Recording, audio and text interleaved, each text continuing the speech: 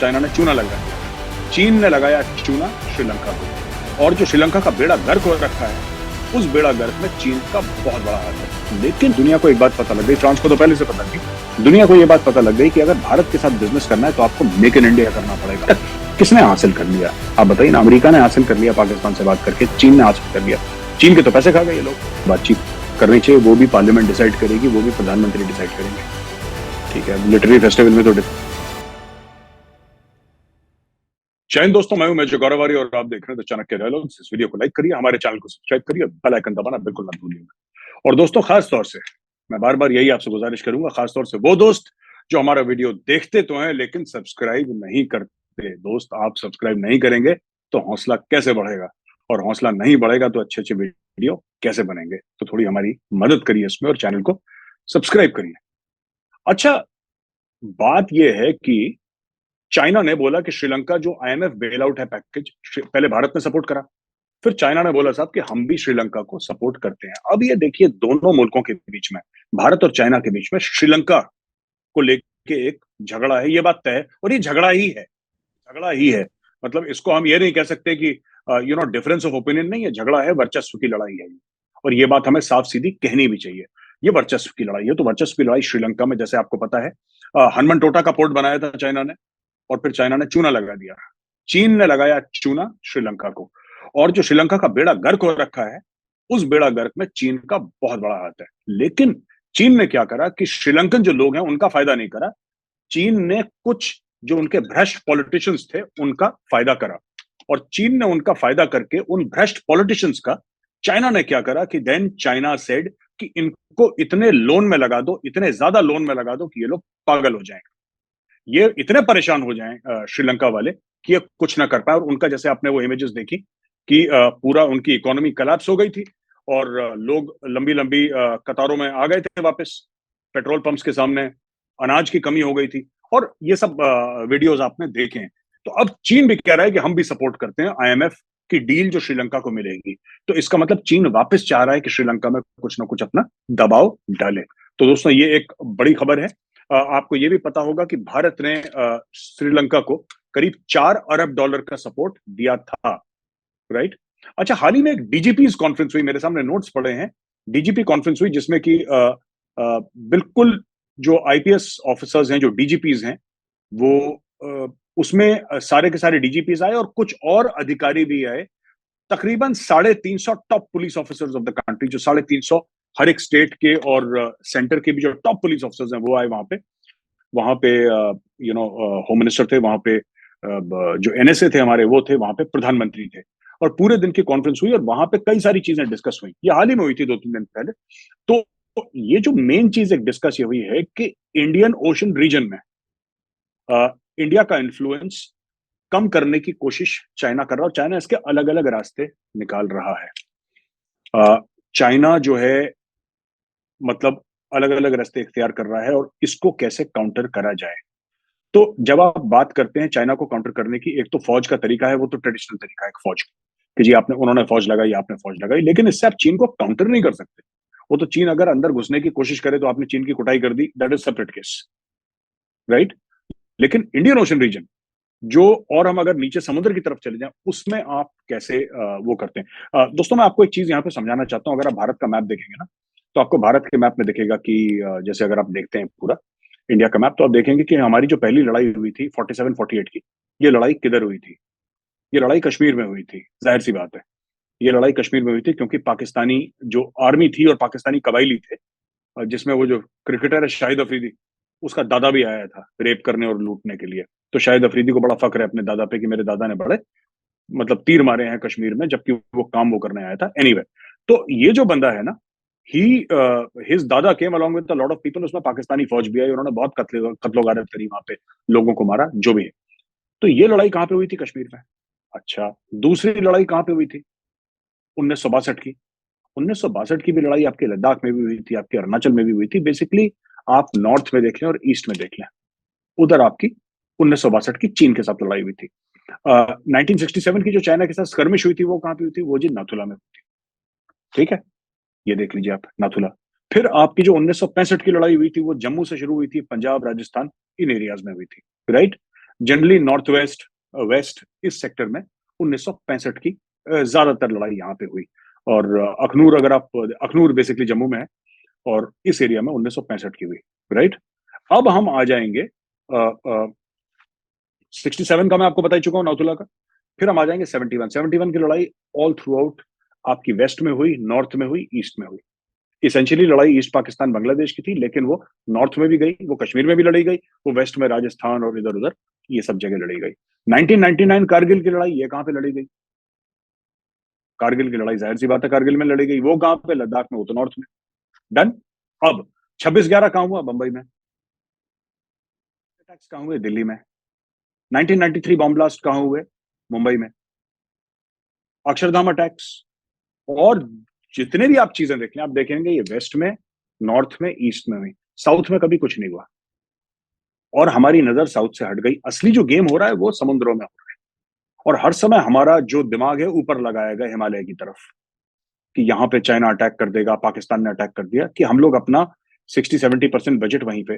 तो इसलिए हमने काफी सालों तक अपनी नेवी को इग्नोर करा।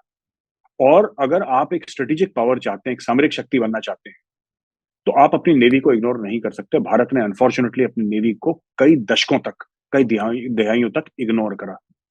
और अगर चीन की चीख अगर कोई निकाल सकती है वो है इंडियन नेवी। ठीक है, भारतीय सेना तो तोड़ रही है उनको हिमालय में, लेकिन अगर उनकी कोई चीख निकाल सकती है, that is certainly the Indian navy, right. तो नेवी को मजबूत करना जरूरी है।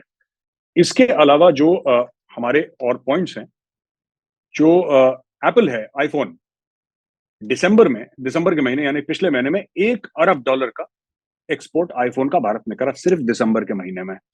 और ऐसा कहा जा रहा है कि Apple overtook Samsung to become the leading mobile phone exporter in November and achieved the 1 billion mobile phone exports in December, as per government officials. अच्छा, ये स्टोरी बेसिकली है कि सैमसंग जो सबसे ज्यादा था, सैमसंग को पीछे छोड़ के अब एप्पल इंडिया में सबसे आगे निकल गया है और सबसे ज्यादा एक्सपोर्ट इंडिया कर रहा है। और इसमें एक और चीज बोली गई है कि 25%, 25% कुछ सालों में एप्पल के फोन्स इंडिया में बनके एक्सपोर्ट होंगे। India will become one of the leading manufacturers of Apple and exporters of Apple through the world. और टोटल मोबाइल फोन के जो एक्सपोर्ट हुए हैं दिसंबर के महीने में, उसमें से 8,100 करोड़ एप्पल का हुआ है और बाकी टोटल 10,000 करोड़ से ऊपर हुए हैं। Over 10,000 crore the data showed. ठीक है जी। अब दोस्तों, ये खबर है, France wants to be a partner in building national base for defence industries in India. मैं आपको बताता हूं, फ्रांस जो है वो एक बहुत जबरदस्त पार्टनर है भारत का।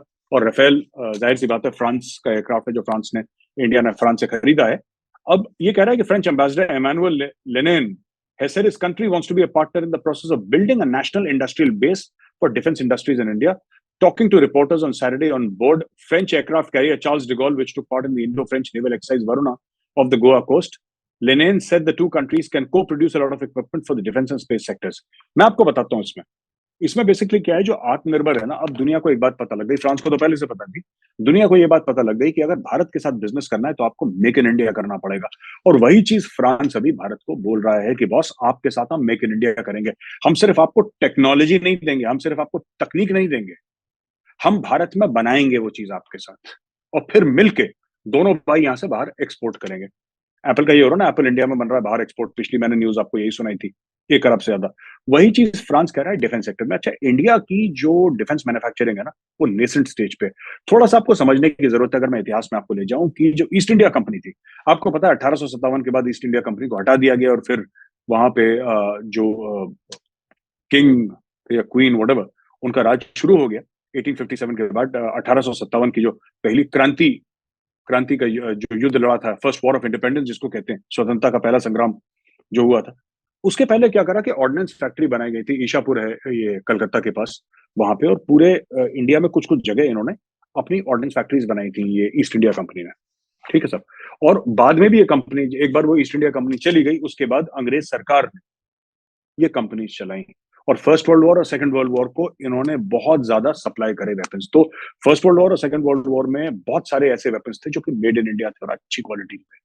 आजादी के बाद इनकी क्वालिटी गिर गई, और गिरते गिरते गिरते गिरते दोस्तों इतना बुरा हाल हो गया कि फिर किसी ने पीछे मुड़ के देखा नहीं कि ये कहाँ पे डूब गए। और फिर वो सरकारी जैसे मामला होता है, हड़तालों का, इसका उसका, और हर जगह अनशन चल रहे हैं, लाल झंडे, लाल सलाम कॉमरेड, ये सब जो ड्रामा होता है ये सब होने लगा। तो इससे क्या हो गया कि प्रोडक्शन में बहुत ज्यादा खराबी आ गई, और हमारे जो क्वालिटी थी चीजों की वो गिर गई। मैं चाहता हूं आप लोग एक बार इंटरनेट पे जाएं और एक चीज देखें जरा, तो आपको पता लगेगा कि असली चीज है क्या। अ, दोस्तों आपको पता है, और ये बात मैं पहले भी बोल चुका हूं, कारगिल की लड़ाई में 527 527 हमारे भाई वीर गति को प्राप्त हुए थे कारगिल में।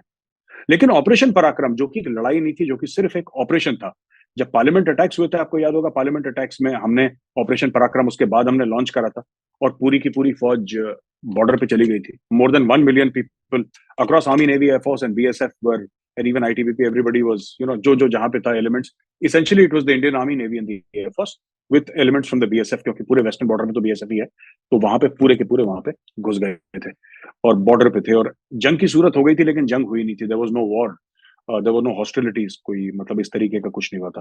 लेकिन हुआ, मैं आपको बताता हूँ क्या हुआ कि अगर आप इंटरनेट पे जाएंगे और रिसर्च करेंगे, आपको पता लगेगा कि कारगिल में हमारे 327 भाई गए, लेकिन वो जो युद्ध था कारगिल, लेकिन जब ऑपरेशन पराक्रम था उसमें 750 से ज्यादा हमारे भाई इस दुनिया से चले गए, मोर देन 750। ये हुआ कैसे? अब आप बोलेंगे जब लड़ाई नहीं हुई तो ऐसे लोग, ऐसे मरना किसी का या इनको वीरगति को प्राप्त होना, ये बात समझ में नहीं आती।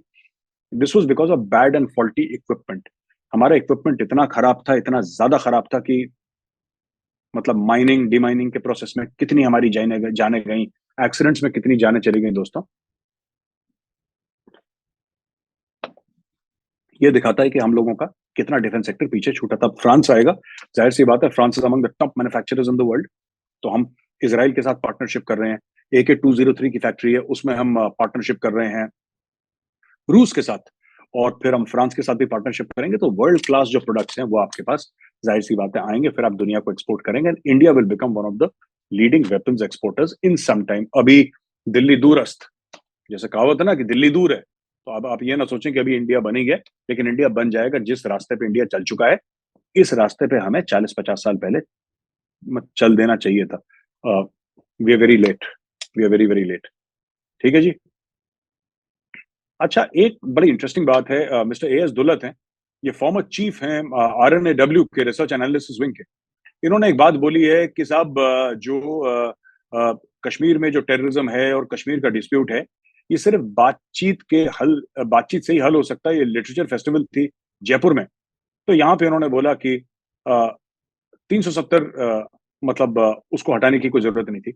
अब देखिए साहब, दुल्लत साहब की मैं रिस्पेक्ट करता हूँ, उन्होंने भारत की बड़ी सेवा करी है, लेकिन मैं आपको एक बात बताता हूँ ना, अ,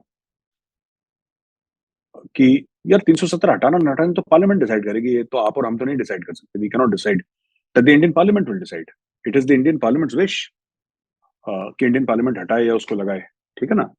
if parliament is taken a decision, parliament is sovereign and supreme. इसमें तो मेरा तो पर्सनली कोई ओपिनियन है नहीं इसमें। पार्लियामेंट ने बोल दिया, पार्लियामेंट ने बोल दिया, that is the will of the people. 140 crore अगर हिंदुस्तानी कोई अपनी विल कैसे प्रकट करते हैं, जो उनकी मर्जी है वो कैसे दिखाते हैं? पार्लियामेंट के थ्रू दिखाते हैं। इसी को हम डेमोक्रेसी कहते हैं। तो अगर पार्लियामेंट ने बोल दिया 370-35 से हटना है, तो हट गया, कहानी खत्म, वो वापस नहीं आने वाला। तो इस पर डिस्कशन करना किसी लिटरेरी फेस्ट में, मुझे लगता है waste of time, because it's not going to solve anything. फिर उन्होंने ये भी बोला कि यू नो कि मिलिटेंसी तो आप खत्म कर दोगे, लेकिन या नीचे कर दोगे, लेकिन टेररिज्म बढ़ती रहेगी, और हमें पाकिस्तान के साथ बातचीत करनी चाहिए। मैं आई रिस्पेक्टफुली डिसएग्री, क्योंकि देखिए इसमें ऐसा है कि पाकिस्तान से बातचीत करनी चाहिए, वो भी पार्लियामेंट डिसाइड करेगी, वो भी प्रधानमंत्री डिसाइड करेंगे। ठीक है, लिटरेरी फेस्टिवल में तो डिसीजन नहीं लिया जाएगा कि पाकिस्तान से आपको बातचीत करनी है कि नहीं करनी। और यही कंफ्यूजन है भारत में कि सब पाकिस्तान से बात किससे करें। ठीक है, इमरान खान कहता है तो चोर डकैत है, शहबाज शरीफ कहता है इमरान खान फितना फैला रहा है, एनार्की फैला रहा है। वो फौज अपने पीछे से कोई गेम खेल रही है। जब इंडिया को कुछ दिखना क्लियर हो जाता है कि हम, हाँ अभी हमें कुछ दिख रहा है पाकिस्तान में क्लियर, कि हम क्या करें, वहां पे बत्ती गुल हो जाती है, फिर हमें दिखना बंद हो जाता है, क्योंकि पाकिस्तान में लाइट ही नहीं। अभी as I am recording it, वहां पे अब लाइट नहीं आई ठीक से। तो बड़ा झोल है। तो ये कहना कि जी पाकिस्तान में ये हो जाना चाहिए और ये हो जाना चाहिए, और उसमें ये भी बोला कि एक उनका ये रिकमेंडेशन था, ये कह रहे थे कि मैंने एक बार बोला था कि कि आप अजीत डोवाल साहब को लाहौर बुला दीजिए तो सब ठीक हो जाएगा। ऐसी बात नहीं है। अजीत डोभाल साहब लाहौर में रह भी चुके हैं, लाहौर देख भी चुके हैं, और उनको सब पता है क्या हो रहा है। He knows how to handle Pakistan very well. और जो पाकिस्तान को अभी जो हम लोग डोज दे रहे हैं एंटीबायोटिक्स की, ठीक है, पाकिस्तान को वही चाहिए। I think we are on the right path. अगर आप पाकिस्तान को नॉर्मलाइज करेंगे, पाकिस्तान को स्ट्रेंथन करेंगे, पाकिस्तान को मेन स्ट्रीम करेंगे, तो यही पाकिस्तान फिर आपको काटेगा, राइट? और पाकिस्तान हमें काटता आया है। मैंने इतने युद्ध आपको गिनवा दिए, इतने टेरर एक्ट्स आपको गिनवा दिए, हजारों की तादाद में टेरर एक्टिविटीज हुई हैं। 42,000 तो सिर्फ कश्मीर में हमारे भाई मारे गए, 42,000। इसमें सिक्योरिटी फोर्सेस शामिल, इसमें सिविलियन शामिल, इसमें पुलिस वाले, इसमें सब कुछ शामिल, सीआरपीएफ, बीएसएफ, सब कुछ। तो बहुत खून खराब हुआ है सिर्फ कश्मीर में। पंजाब की बात ही नहीं कर रहा, उसमें और हैं, पंजाब में तो और हैं, जो 80s में और अर्ली 90s में जो खालिस्तान वाला वहां पे मामला हुआ था, वहां पे वो टेररिस्ट इंसिडेंट्स इतने हुए हैं, लड़ाइयां इतनी हुई हैं, वॉर्स इतने हुए हैं पाकिस्तान के साथ। मुझे नहीं लगता कि पाकिस्तान से बातचीत करके कुछ भी सॉल्व होगा, एंड आई रिस्पेक्टफुली डिसएग्री। बड़े सीनियर हैं और he is a very popular and famous figure in India and abroad, लिखते विखते बहुत अच्छा है, लेकिन मैं इनसे डिसएग्री करता हूँ। मुझे नहीं लगता कि पाकिस्तान से बात करके कुछ भी हासिल होगा। आज तक किसने हासिल कर लिया? आप बताइए ना। अमेरिका ने हासिल कर लिया पाकिस्तान से बात करके, चीन ने हासिल कर लिया। चीन के तो पैसे खा गए ये लोग, अमेरिका को धोखा दे रहे। ये कहीं नहीं जा रहा है ये मुल्क, ठीक है? तो इससे बात करने की कोई ऐसी जरूरत नहीं। There is no need to get emotional about Pakistan कि हम बात कर लें। वही चीज है ना, पुराना वही कीड़ा है ना, जिनने लाहौर नहीं देखा वो जमिया ही नहीं, वो जिनने नोएडा नहीं देखा वो जमिया ही नहीं, जिसने लखनऊ नहीं देखा वो जमिया ही नहीं, ठीक है ना? जिसने हैदराबाद नहीं, ये अपनी कहानियां सुनाते रहो, ठीक है? ये झूठ अपने आप से बोलना है हमें तो हम लोग बोल सकते हैं, राइट? लेकिन इस झूठ का कोई अंत नहीं है। अच्छा, एक और जो फौजी है वो बन्नू में पाकिस्तान का मारा गया है। और जानी खेल एक जगह है खैबर पख्तूनख्वा के बन्नू डिस्ट्रिक्ट में, वहां पे एक आईडी लगाया था, आईडी उड़ा गया। तो सिपाही गुलशेर है 24 साल का, वो बेचारा ऑफ हो गया, और वहां पे अभी आर्मी ऑपरेशंस कर रही है। पाकिस्तान में रोज के रोज अटैक हो रहे हैं, और पाकिस्तान के पास इसका कोई हल नहीं है। पाकिस्तान ये नहीं कर पा रहा कि, या ये समझा नहीं पा रहा दुनिया को कि हम किस तरीके से इन चीज को रोकें। बस ये है कि somehow Pakistan wants to manage the situation in such a way कि ये चीज हाथ से ना निकले, जो टेररिज्म की है, लेकिन ये हाथ से पाकिस्तान की निकल रही है। अच्छा दोस्तों, अब हमारे पास अब हमारा वक्त आ गया है आपसे बात करने का। हमारे जो क्वेश्चन आंसर सेशन है, क्वेश्चन आंसर सेशन पे मैं कुछ क्वेश्चंस हैं यहाँ पे। अभिनव पाठक जी का पहला सवाल है, we are consecutively discussing about the BBC documentary and PM Narendra Modi last few videos. Don't you think it is somewhere related to the recent statement made by Billo Rani, Bilawal Bhutto, where he called our honorable PM butcher of Gujarat? I think this BBC funding is deep connection with Pakistan. Abhinav ji, नहीं, मुझे नहीं लगता कि इसका पाकिस्तान के साथ कोई connection है। पाकिस्तान फुकरा है, पाकिस्तान के पास पैसे नहीं है, और पाकिस्तान खुद रोटी फंड नहीं कर सकता। बीबीसी की डॉक्यूमेंट्री कैसे फंड करेगा, ये मैं मानने को तैयार नहीं हूँ। हाँ, पाकिस्तान का दिल काला हो सकता है, पाकिस्तान चाहता है फंड करना, उतना मैं मान सकता हूँ। लेकिन पाकिस्तान के पोर्ट पे सब्जियों के कंटेनर हैं, वो सब्जी नहीं खा पा रहे बेचारे, तो बीबीसी की डॉक्यूमेंट्री फंड करेंगे? This I don't buy. ये मैं अग्री नहीं करता। ये आशीष दोहलिया जी हैं। Ashish ji, Jain sir. So like Gandhi ji, Subhash Chandra Bose and many others, brave heart patriots have a very important role in Indian independence struggle, and we also study about them in daily life as part of various exams. I want to know on the other side what Pakistanis thought about them, and does their education system teach them about all those patriots and their sacrifices?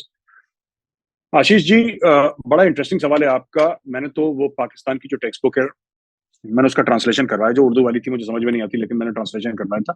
वहां पे Pakistan studies में तो ऐसी ऐसी चीजें लिखी हैं कि मैं बता रहा हूँ,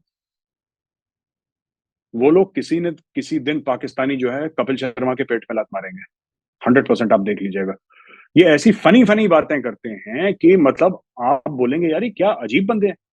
इनके मुल्क का बेड़ा गर्क इसीलिए हो रखा है because they been taught the wrong history, और एजुकेशन का कोई सिस्टम है नहीं पाकिस्तान में तगड़ा। तो कोई भी पढ़ा देता है, कुछ भी मास्टर बन जाता है, वहां पे नथिंग इज रिक्वायर्ड है। मुझे ऐसा लगता है कि नो क्वालिफिकेशन आर रिक्वायर्ड। अगर पाकिस्तानी कोई बोले कि नहीं साहब, हमारे यहाँ भी पढ़ाने के लिए पीएचडी चाहिए और ये चाहिए, फिर मैं जानना चाहता हूँ कि पीएचडी कहाँ से कर रहे हो यार? लाहौरी यूनिवर्सिटी से कर रहे हो पीएचडी? लाहौरी चूरन यूनिवर्सिटी से? क्योंकि तुम्हारा इतना बेड़ा गर्क है। मुझे नहीं लगता वो लोग सिखाते हैं, क्योंकि ये सब देखिए, बात यह है कि पाकिस्तानियों का फंडा सिंपल है, जो हिंदू है वो काफिर है, और काफिर चाहे कुछ कर ले, वो कभी अच्छा काम नहीं कर सकता, ना वो कभी जन्नत जा सकता है, ना उसको खुदा अल्लाह एक्सेप्ट करेगा। They don't teach any of this. चलता फिरता मेंशन हो सकता है उनके इतिहास में, चलता फिरता मेंशन, बट जो एक्चुअली काम करा, they don't they don't subscribe to that theory. वो कहते हैं कि अंग्रेज चले गए, अब कैसे चले गए वो भी they are very wishy washy about it. फिर मोहम्मद अली जिन्ना ने बोला कि मुझे पाकिस्तान चाहिए, और एक नामुमकिन सी चीज को मुमकिन बना दिया। बेसिकली एक दूसरे से रोज झूठ बोलते हैं ये, ठीक है, पहले दुनिया से बोलते हैं, फिर जब थक जाते हैं तो एक दूसरे से झूठ बोलते हैं। I have no expectations from Pakistani education system. I think even Pakistanis don't have any expectation from the Pakistani education system. It's a big fat zero. ठीक है, शशांक पाटिल जी का ये कहना है कि while Taliban is currently busy teaching Pakistan a lesson, how long do you reckon before it shifts its focus to Kashmir? Despite diplomatic ties, if it does, considering the unique battle techniques, how do you think we should deal with them? Can it become a bigger pain than anticipated, considering the Russia and US have failed miserably? देखिए, बात यह है ना कि तालिबान कभी America से लड़ने के लिए अमेरिका नहीं गया और रूस से लड़ने के लिए रूस नहीं गया। ये दोनों आए थे अफगानिस्तान लड़ने के लिए, ऑक्यूपाई करने के लिए, जो भी इनके कारण रहे हो, एंटी टेरर ऑपरेशन करने के लिए, तब अफगान लड़े। ये बाहर जाके कहीं नहीं लड़ते, ठीक है ना। और तालिबान को कोई इंटरेस्ट नहीं है इंडिया में, तालिबान को कोई इंटरेस्ट नहीं है आप में, ठीक है। और Taliban is finding it difficult to control Afghanistan, ठीक है। और दूसरी मैं एक चीज आपको बताऊं कि पाकिस्तानी आर्मी जो है, at least at the battalion level, at the junior level, they are a competent army. वो ब्रिगेडियर के बाद इनके पता नहीं कहाँ दिमाग खराब होता है इन लोगों का पाकिस्तान में, दे बिकम वेरी करप्ट। ये करप्ट हो जाते हैं और फिर ये पॉलिटिशियंस की तरह बिहेव कर, then they become very unprofessional, ठीक है, ऊपर जाके। लेकिन मैंने उनको देखा बटालियन लेवल, तो हमारे अक्रॉस भी थे when we were bang on the Pir Panjal, and you know we were on the Line of Control also, and इधर हमने पूरी मैंने नौकरी करी है वहां पे, तो हमारे पार जो पाकिस्तानी पोस्ट थी, उनके ड्रिल्स काफी ठीक हैं, जो इन्फेंट्री ड्रिल्स हैं, बाकी तो मैं जानता नहीं। और मैं सिर्फ ये कहना चाहता हूँ कि this is not a feasibility that you know कि तालिबान जो है पाकिस्तान को वो कर देगा। हाँ, ये लड़ाई चलती रहेगी इनके बीच में, ये धक्का मुक्की चलती रहेगी, right, and they will do it. And Taliban भी पूरा पाकिस्तान नहीं चाहता, they don't want the entire Pakistan. Taliban को सिर्फ ये चाहिए कि अटक तक का जो एरिया वो क्लेम करते हैं वो हमें दे दो, बाकी Taliban is not interested in Pakistan, even we are not interested in Pakistan. हमें भी क्या चाहिए पाकिस्तान से, हमें वो गिलगित बाल्टिस्तान और पीओके तो चाहिए, जिसको पाकिस्तानी आजाद कश्मीर बोलते हैं। उसके अलावा मैंने नहीं सुना किसी ने ये बोला है पाकिस्तानियों को कि हमें तुम्हारा लाहौर चाहिए, करने भैया तुम ही लो लाहौर, हमें कुछ नहीं चाहिए, अपना सरदर्द और बढ़ाने की हमें कोई जरूरत नहीं है। एंड मैं तो बता रहा हूँ, अभी वो तालिबान वाले कंप्लेन कर रहे थे कि पाकिस्तानी टेररिस्ट, हाँ उन्होंने बोला कि तुम लोग टेररिस्ट हो। अब समझ लो कि अगर तालिबान कंप्लेन कर रहा है पाकिस्तान को कि तुम लोग टेररिस्ट हो, तो समझ लो कितने बड़े टेररिस्ट होंगे पाकिस्तानी, जिसके तालिबान भी जिनसे दुखी है। तो दोस्तों, यहाँ पे मेरा वीडियो खत्म होता है, और मैं आपसे अभी आप इजाजत चाहूंगा और गुड बाय कहूंगा आपको। I will join you again tomorrow with another video. और अगर आपको वीडियो पसंद आए, वीडियो को लाइक करिए, हमारे चैनल को सब्सक्राइब करिए, बेल आइकन दबाना बिल्कुल मत भूलिएगा दोस्तों। और जो दोस्त ये वीडियो देखते हैं लेकिन हमारे वीडियो रेगुलर देखते हैं, हमारे काफी व्यूअर्स हैं जो रेगुलर देखते हैं लेकिन सब्सक्राइब नहीं करते, प्लीज मेरी आपसे रिक्वेस्ट है, इस वीडियो को आप सब्सक्राइब करिए। और चाणक्य फोरम का मोबाइल फोन ऐप आप डाउनलोड कीजिए, बेहतरीन आर्टिकल्स पढ़िए। और हमारा ट्विटर आईडी जो है, तो आप स्क्रीन पे देख रहे हैं, ट्विटर, फेसबुक, इंस्टा और लिंक्डइन, आप इन सबको सब्सक्राइब करिए, आपको लेटेस्ट अपडेट्स मिलेंगे। Best in class articles written by the finest minds in India, ये आपको यहीं पे मिलेंगे और कहीं नहीं मिलेंगे। थैंक यू, बहुत बहुत धन्यवाद आपका। जय हिंद, भारत माता की जय।